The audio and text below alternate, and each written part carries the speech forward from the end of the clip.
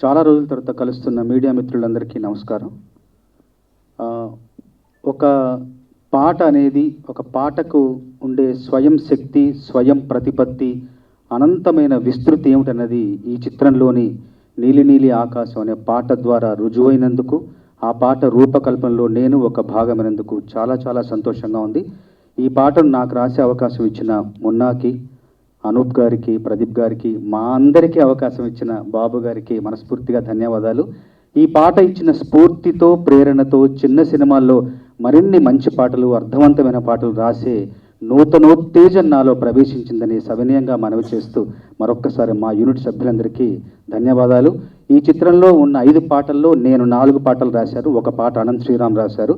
తనకు కూడా మనస్ఫూర్తిగా నా అభినందనలు. ఈ చిత్రంలో నేను రాసిన నీలి నీలి ఆకాశం తర్వాత నాకు నచ్చే మరొక పాట కొన్ని పంక్తులు మీకు వినిపిస్తాను.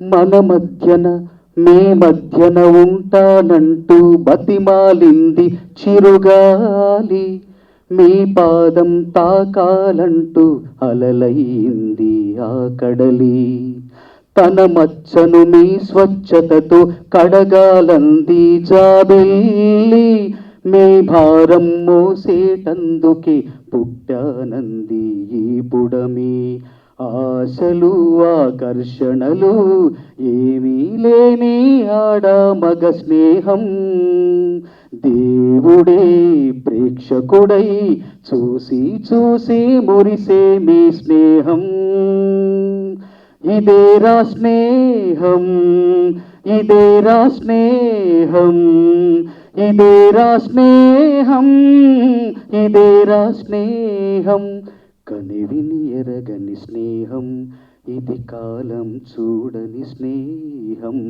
దేహం అడగని స్నేహం, ఇది హృదయం అడిగే స్నేహం, జన్మలే చాలక మళ్ళీ మళ్ళీ జన్మించే స్నేహం, దేవుడే ప్రేక్షకుడై చూసి చూసి మురిసే మీ స్నేహం, ఇదేరా స్నేహం, ఇదేరా స్నేహం, ఇదేరా స్నేహం, ఇదేరా స్నేహం.